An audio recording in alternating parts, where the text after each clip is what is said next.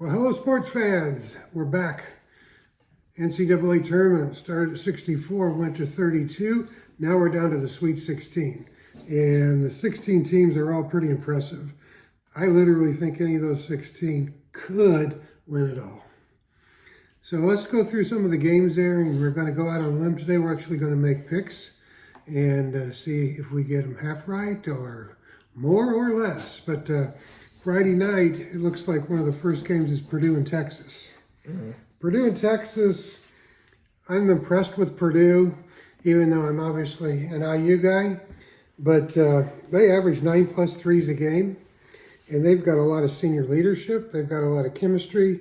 And, you know, Braden Smith is pretty amazing. I don't know if he translates into NBA, but he's one of the best college guards ever. Texas is on a run, though. They had to play a play-in game, and they've had 2 upsets since then. Mm-hmm. So who knows? What do you think? Yeah, Texas has been playing good. They beat, a kind of injured BYU team, an injured Gonzaga team. But I think Purdue's just been playing better still, and I think Purdue's going to handle Texas pretty easily. That would be my guess, too, that Purdue is ready for this game, and I look for them to just be solid because they're a solid team. They don't do a whole lot in the portal, or they haven't, but they've been together for a long time. Matt Painter is a very good, solid coach. So I'm going to go out, not just sit on a limb, but I'm going to go with Purdue in this game. So what would be the other Friday night first game? Arizona-Arkansas. Arizona-Arkansas. Now, that's an interesting game because I don't watch that much basketball, and evidently Arizona is very, very good all the way around. They have great depth, and they've got a lot of NBA-level talent. So Arizona is going to be a very tough out for anybody. I guess Arkansas has a fellow named Darius Acuff Jr., and I guess he's amazing. And if he gets on a run or gets hot, it's hard telling what could happen. Yeah. But overall, I think Arkansas wants to force tempo. They want an up-and-down game, where I think Arizona is more of a half-court team. Yeah. But in the end, from what I'm reading and studying, Arizona is just too strong, I think, for Arkansas to overcome them. So that would bring us to, I'm picking Arizona, I'm picking Purdue. What is the next game on Friday night that we're talking about here? I think it's Iowa-Nebraska. Iowa-Nebraska. Now that is a very interesting game. They have played, twice in the regular season, and I think that each one won on their home court. And I thought perhaps they played in the Big Ten tournament, but they did not play in the Big Ten tournament. So here you've got Iowa that just had a huge upset, and Nebraska, who's obviously got probably the best team they've ever had for the school, Nebraska.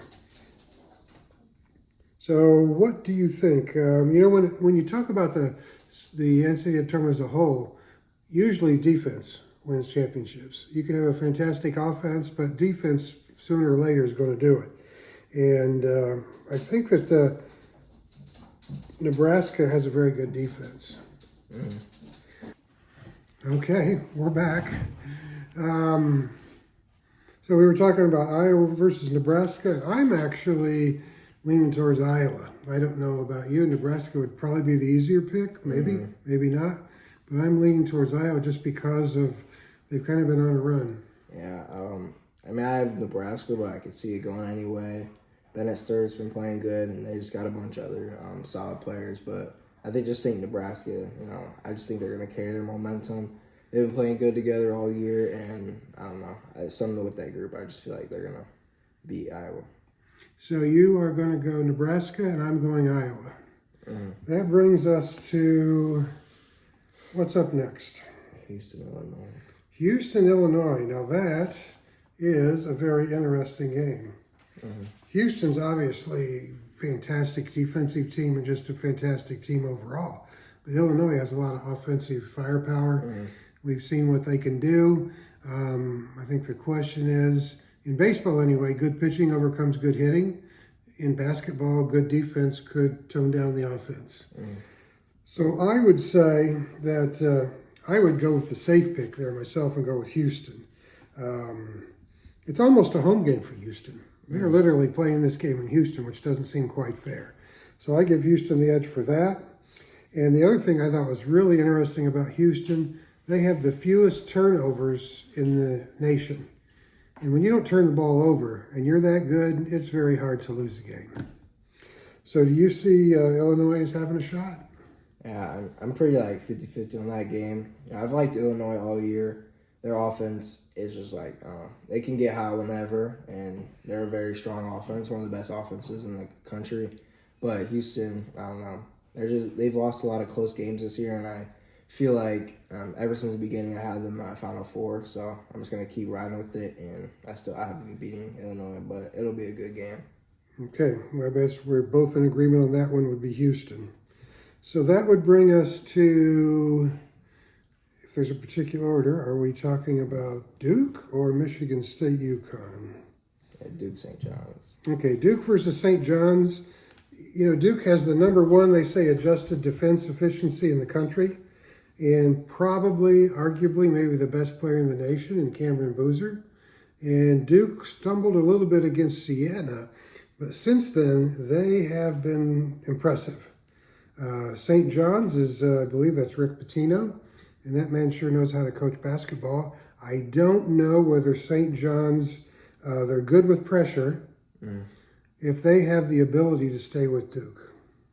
Yeah, St. John's, they played pretty mid against Kansas, but they still pulled off a win, and they pressured the heck out of Kansas. Like, Kansas couldn't inbound the ball. They had some of the best inbound defense I've ever seen. And like, I picked Kansas in that game, and I was pretty frustrated. I was like, they couldn't inbound the ball to save their life. Then St. John's had that game-winning layup, and Duke, I just haven't had them going far in any of my brackets, but I think they still pull off the win over St. John's. I mean, they are missing Caleb Foster still, but I just don't see St. John's beating Duke. But yeah. So that would be pretty fair to say that we both think Duke's probably going to prevail in that game. At least on my list, then, I've got not necessarily the next game, but one of the games, UConn versus Michigan State. And that's an interesting matchup because there's a couple of tough, experienced teams. I guess one of the unknowns is if Silas Damari Jr. is healthy to go for UConn. If he is, then that makes them a different team. I did not realize it, but Michigan State is the best rebounding team in the nation. And of course, being a Tom Izzo coach team, I guess that's not surprising. I think, in the end, that Michigan State is a little tougher because of the Big Ten competition that they've been going against all year. I don't know. How do you feel about UConn versus Michigan State? Yeah. Before even the round of 64 started, I had UConn in my Final Four, and they didn't play the best against Furman. They kind of kept them close the whole game, and they didn't even play that good against UCLA until the end. But, I mean, I think they just kind of pull out games when they need to just because of that coaching and that team. And I don't really like Michigan State this year. I haven't liked them from the beginning. I don't think they're the best team. I don't think they're really a good 3 seed. But, yeah, I have UConn beating Michigan State, and I think it's not going to be that close. Okay, so you got UConn not close, and I picked Michigan State. Yep. We'll see. We got any others? Hey, about... let's talk Tennessee, Ohio State, and leave Michigan, Alabama till the end. Tennessee versus Iowa State. Isn't that funny? We got 2 teams from Iowa in the Sweet 16, for whatever that's worth.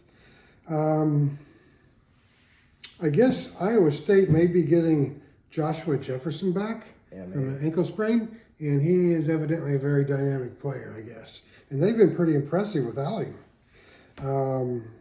So I would think that, although I do think that Tennessee has been pretty good. Obviously, they wouldn't be where they were if they weren't. But I guess they have a very, what they call, elite 3-point defense as far as Tennessee goes. And very physical, very experienced defensive team. So any of these games could easily go either way, depending on who's having the best night. And again, I think it's going to boil down to defense. But I've just got a feeling that Iowa State is probably going to come out and win this game. I don't know. What's your pick? Yeah, it's kind of hard. I had Tennessee in my Elite 8 in my original bracket, and I really haven't been liking Tennessee all year. Iowa State, obviously, if they get Joshua Jefferson back, they're going to be tough to stop, but I think if Joshua Jefferson is still like 50-50 and he's not 100%, I think Tennessee pulls off the win. But, I mean, it really all depends on his health. I think if he's 100% full go, I think Iowa State pulls it out. But I think Tennessee is a strong upset candidate, especially since they beat Virginia by 7, and like their best player Nate Met, he didn't even play good. So I think if he really starts to get going, like I've seen him play in a lot of SEC play, I think they have a strong chance to be Iowa State. Oh, that's cool. It's interesting that we don't agree on a lot of the picks, so we'll be able to find out when it's all said and done who was right and who was wrong. And that kind of brings us to the next level, which will be over the weekend, to get us down from 16 to 8 and then down to 4. Michigan versus Alabama. Oh, I'm sorry. Let's go back. The most important game for Gavin here, Michigan versus Alabama. I got ahead of myself a little bit. Actually, Gavin's going to go to that game in Chicago Friday night. So that will be quite an experience to see an NCAA tournament, actually 2 games. But Michigan, well, one of the best teams in the country, strong inside. Alabama is the ultimate 3-point shooting team, so maybe the fact that Michigan's strong inside doesn't hurt them because they're, hitting those threes all the time. So I would think that the experts probably lean a little towards Michigan, but if Alabama hits their threes, and it's true of any team that shoots a lot of threes, if they're hitting their threes, they're going to be pretty difficult to beat. If they're not, it could be a tough night for them. Yeah. Our game versus Texas Tech, I've never seen an Alabama basketball team play like that. Every single time we missed a shot, we got the offensive rebound. We just dominated the entire game, like physicality-wise. I've never really seen an Alabama team play with that much heart. And we knocked down our shots, which helps. I had Michigan winning it all in my original bracket. And, I mean, as much as I want to pick Alabama, I'd pick the safe route and pick Michigan. But, I really hope we do beat them. And I think even if we do beat them, the Iowa State-Tennessee matchup, I think we match up well against both those teams. Mm-hmm. Iowa State is more of a lockdown team. And if we're just making our shots, you can't really stop that. So, But, I'd still pick Michigan over us. And they're just solid all the way around. And if we're not knocking down our shots, which happens a lot, then we might struggle a little bit. So that would then bring us to the weekend, and I think we both agreed on Duke, mm-hmm. but we didn't agree on Michigan State and UConn. But one of those two will be going to the final. Well, Duke will play one of those two for the Final Four. And how do you feel about that? I kind of had Duke over Michigan State. Yeah, this is where I had Duke, ending their run. They just haven't really impressed me that much. The TCU game, was impressive, but I just like UConn a lot. I think they're just a solid, well-coached team, and even though they haven't had their best roster they've ever had, I think they're still gonna make it back to the Final Four. And I like Braylon Mullins. I like Silas. I like Solo Ball. And even when their guards aren't knocking down their shots, their guards combined for 2 points in the whole entire game versus UCLA, and they still beat them by 16. Wow.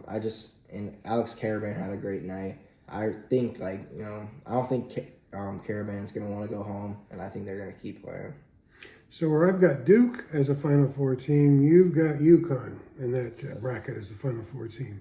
Okay, then we've got one of the others would be, I was seeing Iowa versus Houston, with Houston winning.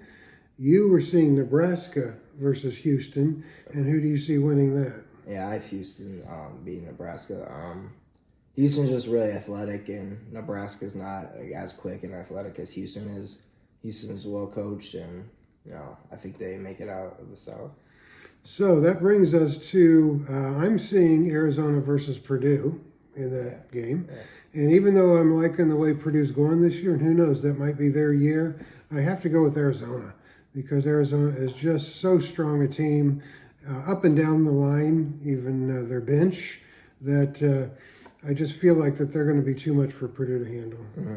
Yeah, I also have Arizona. Arizona's been really good, and they kind of struggled against Utah State a little bit, but they just have a great roster, and they could really win it all. And that leaves us with Michigan versus, I've got Iowa State as the two teams. You had different, right? Yeah, Michigan, Tennessee. Michigan, Tennessee. And I actually perhaps went out on a limb, and I'm picking Iowa State as the Final Four team. You obviously do not. I had Michigan over Tennessee. Okay. This is the same Final Four I had before the tournament, and I just want to stick with it because I still feel the same about all these teams. And yeah. Well, there you go. That's kind of our thoughts on these Sweet 16 and then the Final 8 will get us down to the Final 4 by the end of the weekend. Hopefully we can get back next week and give our thoughts on the Final 4. Please consider subscribe and feel free to leave any comments you might have. But otherwise, enjoy watching some basketball, and we'll see you after the weekend.